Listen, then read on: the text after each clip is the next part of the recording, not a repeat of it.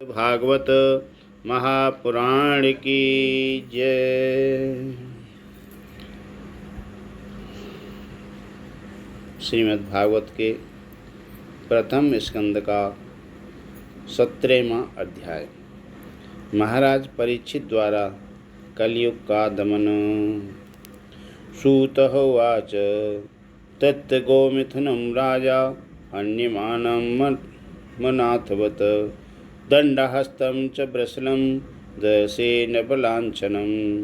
सूत जी कहते हैं, हे सोनक जी, वहाँ पहुँचकर राजा परीक्षित ने देखा कि एक राजवेशधारी शूद्र हाथ में डंडा लिए हुए है और गाय बैल के एक जोड़े का इस तरह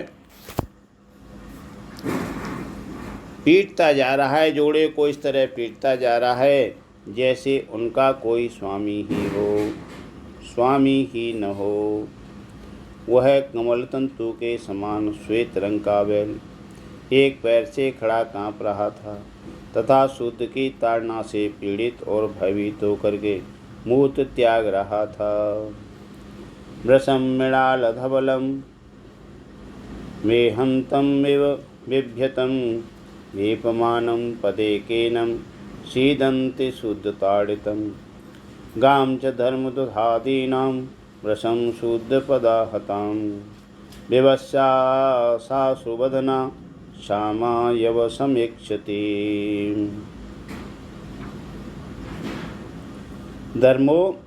धर्मोपयोगी दूध, घी आदि हविष्य पदार्थों को देने वाली वह गाय भी बार बार शूद्र के पैरों की ठोकरें खाकर अत्यंत दीन हो रही थी। एक तो वह स्वयं ही दुबली पतली थी, दूसरे उसका बछड़ा भी उसके पास नहीं था। उसे भूख लगी हुई थी और उसकी आँखों से आंसू बहते जा रहे थे। प्रपच्छं रथमारूढ़ कार्तस्वर परिच्छदं वेग गंभीरया वाचा समारोपित कर्मक कस्त्वम् अच्छरणलोके बलाध्वंसमलान् बली नरदेवोऽस्मि वेषेणं नटवत्कर्मणा द्विज। स्वर्ण जटित रथ पर चढ़े हुए राजा परीक्षित ने अपना धनुष चढ़ाकर मेघ के समान गंभीर वाणी से उसको ललकारा। अरे तू कौन है जो बलवान होकर भी मेरे राज्य के इन दुर्बल प्राणियों को बलपूर्वक मार रहा है? तूने नटकी भांति वेश तू राजा का सा बना रखा है, परंतु कर्म से तू शूद्र जान पड़ता है।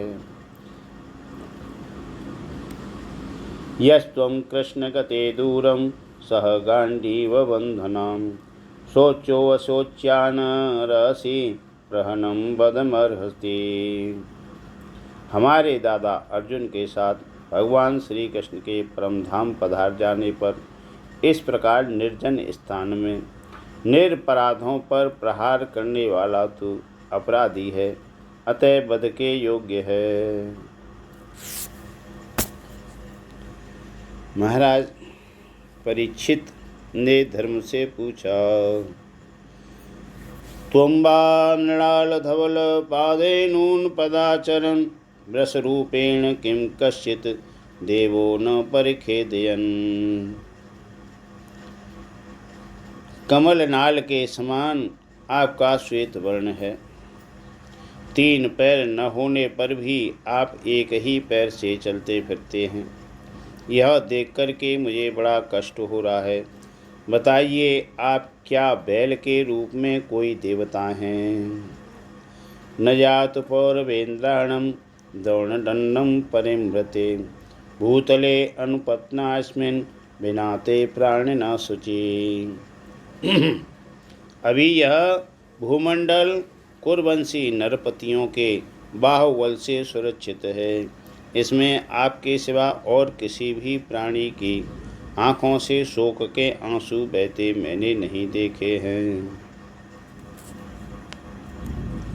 माँ सौरभेयानुशचो येचु ते वृषलादभयात् माँ रोदीरम महे भद्रम ते खलानां मय शास्त्री यस्य राष्ट्रे प्रजा सर्वान् स्त्रियन्ते साधु साधुभिः तस्य मतस्य नश्यन्ति कीर्तरा युगभर्गो गति। धेनुपुत्र, हे धेनुपुत्र, अब आप शोक न करें, इस शूद्र से निर्भय हो जाएं। हे गौमाता, मैं दुष्टों को दंड देने वाला हूँ, अब आप रोएं नहीं, आपका कल्याण हो। हे देवी, जिस राजा के राज्य में दुष्टों के उपद्रव से सारी प्रजा त्रस्त रहती है, उस मतवाले राजा की कीर्ति, आयु, ऐश्वर्य और परलोक नष्ट हो जाते हैं। एष राजा परो धर्म यार्तानां मति निग्रह अतः एन वदिष्यामि भूतदोषोत्तमम्। राजाओं का परम धर्म यही है कि वे दुखियों का दुख दूर करें।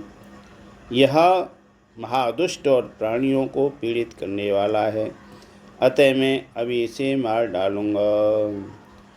को वृश्य तव पादास्त्रीन् सौरभेय चतुष्पद माँ भूतस्त्वां दशा राष्ट्रे राज्ञा कृष्णानुवर्तिनाम्। हे सुरभि नंदन, आप तो 4 पैर वाले जीव हैं, आपके 3 पैर किसने काट डाले।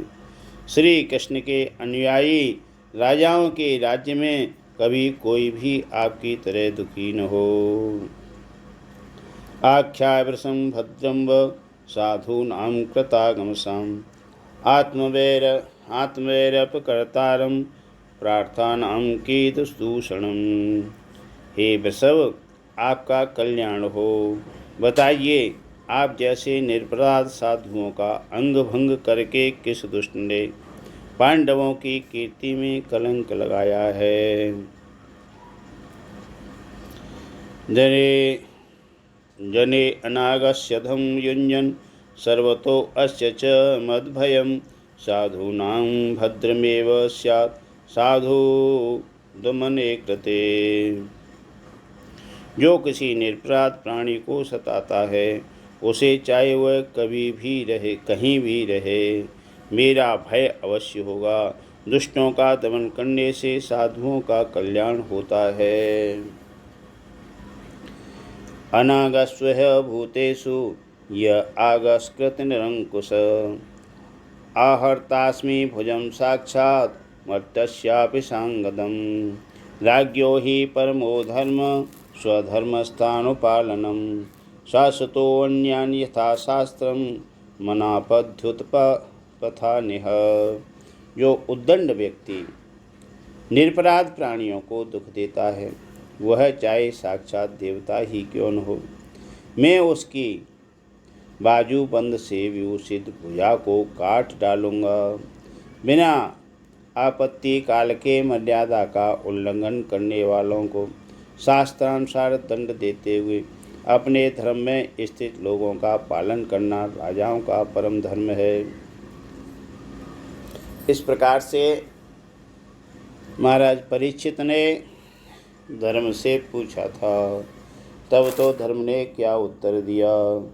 धर्म उवाच एतद्व पाण्डवेनां युक्तामार्तभयं वच येषा गुणगणैः कृष्णो द्योत्यादो भगवान कृत। धर्म ने कहा कि राजन, आप महाराज पांडु के वंशज हैं, आपका इस प्रकार दुखियों को आश्वासन देना आपके योग्य ही है, क्योंकि आपके पूर्वजों के श्रेष्ठ गुणों ने भगवान श्री कृष्ण को उनका सारथी और दूत आदि बना दिया था। न वयं क्लेश बीजानि यतस्यो पुरुषर्षभः पुरुषं तं विजानीमो वाक्य भेद विमोहिता। हे नरेंद्र, शास्त्रों के विभिन्न वचनों से मोहित होने के कारण हम उस पुरुष को नहीं जानते जिससे क्लेशों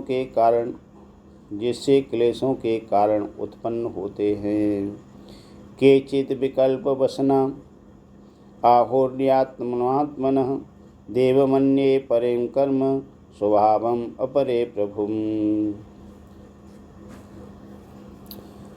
अप्रत्यक्यादिन देशातितः क्लेशपि निश्चय अत्रानुरूपम राजर्षे विमर्श स्वमनीयसा। जो लोग किसी भी प्रकार के द्वैत को स्वीकार नहीं करते, वे अपने आप को ही अपने दुख का कारण बतलाते हैं। कोई प्रारब्ध को कारण बतलाते हैं, तो कोई कर्म को, कुछ लोग स्वभाव को, तो कुछ लोग ईश्वर को दुख का कारण मानते हैं। किन्हीं किन्हीं का ऐसा भी निश्चय है कि दुख का कारण न तो तर्क के द्वारा जाना जा सकता है और न वाणी के द्वारा बतलाया जा सकता है। हे राजर्षि, अब इनमें कौन सा मत ठीक है, यह आप अपनी बुद्धि से ही विचार लीजिए।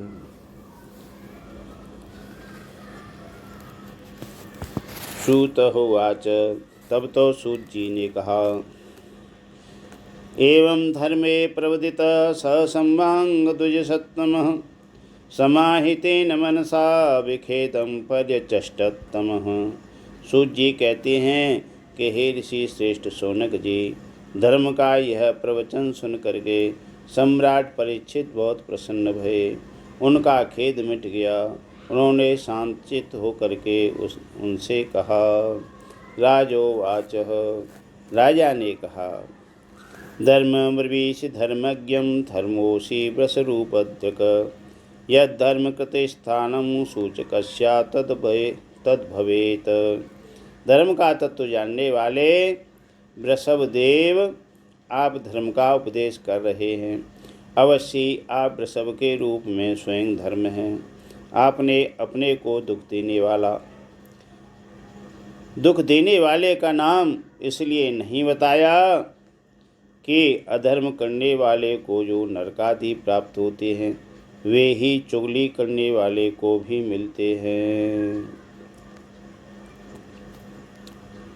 अथवा देव मायाया नूनम गतिगोचरा चेतसो वचसापि भूतानामित निश्चयम्।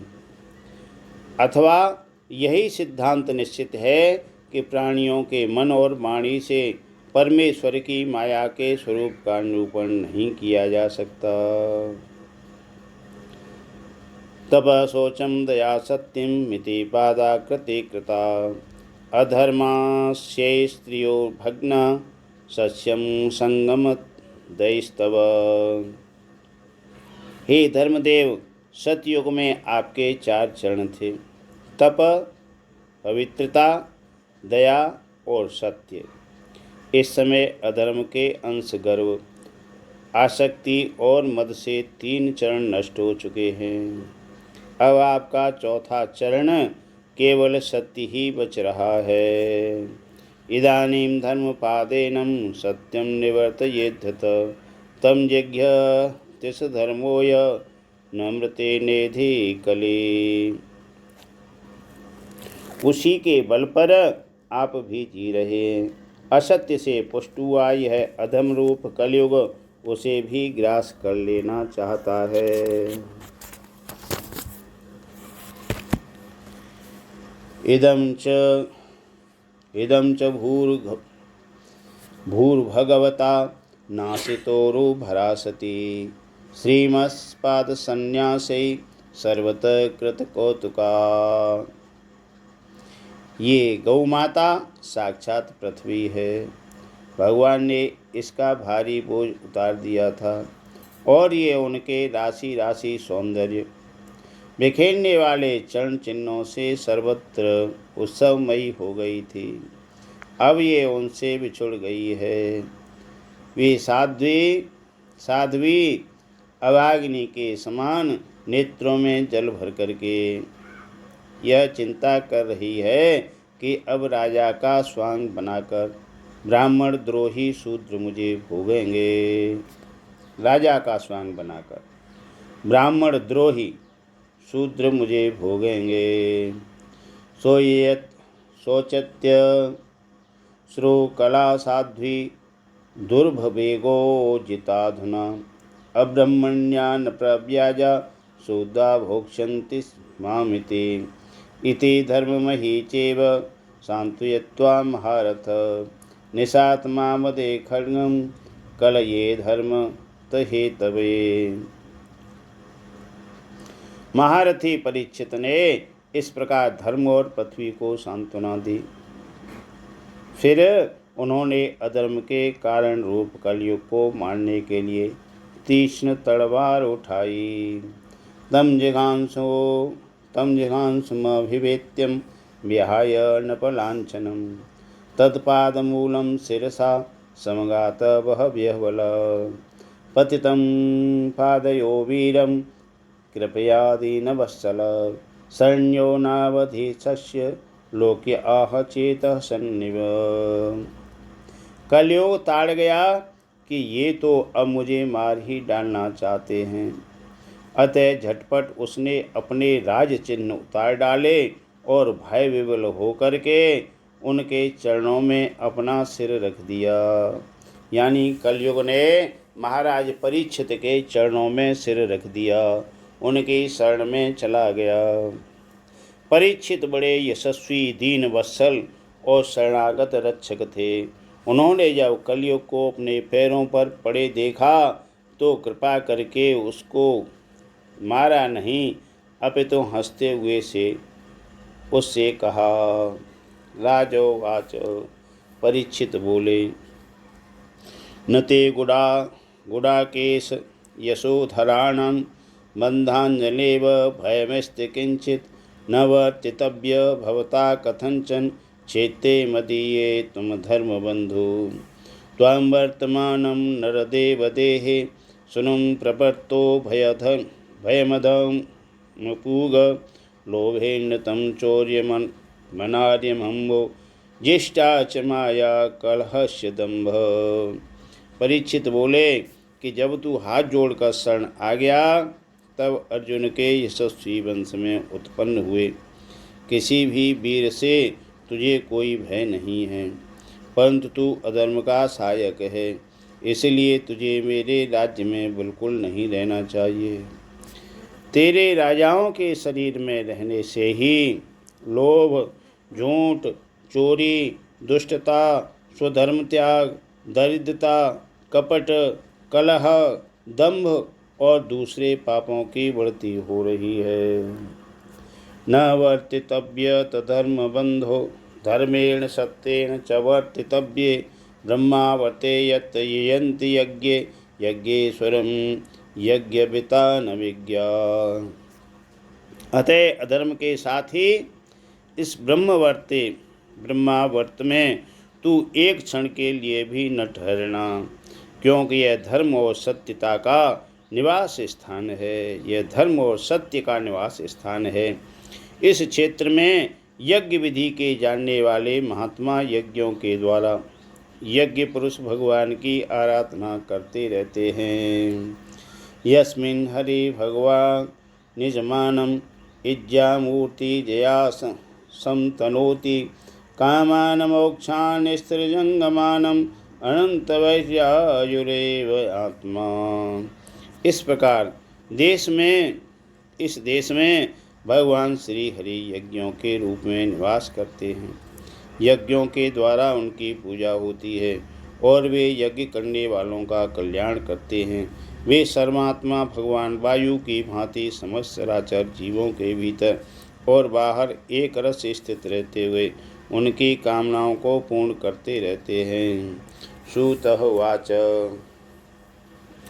सूत जी कहते हैं, परीक्षितैव आदिष्ट सह कलिजात वे पथु तमुद्यता सीमादेहं दंडपाणिं विबोध्यतम्। परीक्षित की ये आज्ञा सुनकर के कलयुग शिहर उठा। यमराज के समान मारने के लिए उद्यत हाथ में तलवार लिए हुए परीक्षित से वह बोला। कलिरुवाच, यत्र कंचन वस्यामि यत्र क्वचन वस्यामि सार्वभौमं तवाज्ञया लक्ष्यते तत्र तत्रापि त्वां तेषासुरासनं तन्मे धर्मभूत्वा सृष्ट स्थानं निर्दिष्टमहर्षि यत्रैव नेतो वस्य आतिष्ठतेन शासनम। कलयुग ने कहा कि हे सार्वभौम, आपकी आज्ञा से जहाँ कहीं भी मैं रहने का विचार करता हूँ, वहाँ देखता हूँ कि आपका धनुष बाण चढ़ाए हुए, आप धनुष पर बाण चढ़ाए हुए खड़े हैं। धार्मिक शिरोमणे, आप मुझे वह स्थान बतलाइए जहाँ मैं आपकी आज्ञा का पालन करता हुआ स्थिर होकर के रह सकूं। इस प्रकार से कलयुग ने महाराज परीक्षित से रहने के स्थान पूछे। सूत उवाच, सूत जी बोले, अभ्यर्थिस्तदा तस्मै स्थानानि कलये ददो, द्यूतं पानं स्त्रियं सूनं यत्रा धर्मश्चतुर्विधि। सूत जी कहते हैं कि कलयुग की प्रार्थना स्वीकार करके राजा परीक्षित ने उसे 4 स्थान दिए। द्यूत, मद्यपान, स्त्री संग और हिंसा। इन स्थानों में क्रमशः असत्य, मद, आसक्ति और निर्दयता, ये 4 प्रकार के अधर्म निवास करते हैं। पुनस्य याचमानाय जातरूपमदात् प्रभु, ततोऽन्यतं मदं कामं रजो वैरं च पंचमम्। उसने और भी स्थान मांगे। तब समर्थ परीक्षित ने उसे रहने के लिए एक और स्थान यानी सुवर्ण धन दिया। इस प्रकार कलयुग के 5 स्थान हो गए: झूठ, मद, काम, बैर और रजोगुण। अमूनि पंचस्थानि यधर्मं प्रभव कलि, औत्तरेयेण दत्तानि न्यवस तन्निदेशकृत। परीक्षित के दिए हुए इन्हीं 5 स्थानों में अधर्म का मूल कारण कलि उनकी आज्ञाओं का पालन करता हुआ निवास करने लगा। अतएतानेन सेवेत बुभुषो पुरुष कश्चित्, विशेषतो धर्मशीलो राजा लोकपतिर्गुरु। प्रशस्यं नष्टा स्त्रीणां पादान् तपसोच दयामिति, प्रतिसंदनम् आस्तस्य मही च संवर्धयत। इसलिए आत्मकल्याण कामी, आत्मा का कल्याण चाहने वाले पुरुषों को इन 5 स्थानों का सेवन कभी नहीं करना चाहिए। धार्मिक राजा, प्रजावर्ग के लौकिक नेता और धर्मोपदेष्टा गुरुओं को तो बड़ी सावधानी से इनका त्याग करना चाहिए।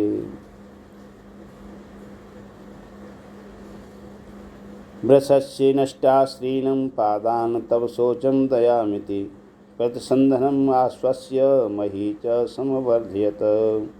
राजा परीक्षित ने इसके बाद वृषभ रूप धर्म के 3 चरण तपस्या, शौच और दया जोड़ दिए और आश्वासन दे करके पृथ्वी का संवर्धन किया। स एषेत हृदयस्थ आसनं पार्थिवोचितं, पितामहेनोपन्यस्तं राज्ञारण्यं विवक्षिता। वे ही महाराज परीक्षित इस समय अपने सिंहासन पर, जिसे उनके पिता में महाराज युधिष्ठिर ने वन में जाते समय उन्हें दिया था, विराजमान हैं। आस्तेतना स राजर्षि कौरवेन्द्रं स्योल्सनं, गजाहये महाभाग चक्रवर्ती बृहच्छवा। वे परम यशस्वी सौभाग्यजन चक्रवर्ती सम्राट राजर्षि परीक्षित इस समय हस्तिनापुर में कौरव कुल की राजलक्ष्मी में शोभायमान हैं। इत्यं सम्भूतानुभावो अर्यम भेन्मन्यं श्रुतो नृपः, यस्य पालयत क्षीणो यूयं सत्राय दीक्षिता। अभिमन्यु नंदन राजा परीक्षित वास्तव में ऐसे ही प्रभावशाली हैं जिनके शासन काल में आप लोग इस दीर्घकालीन यज्ञ के लिए दीक्षित हुए हैं। श्रीमद्भागवते महापुराणे पारमहंस्यां संहितायां प्रथम स्कंदे कलि निग्रहो नाम 17 अध्याय। बोलो श्रीमद् भागवत महापुराण की जय।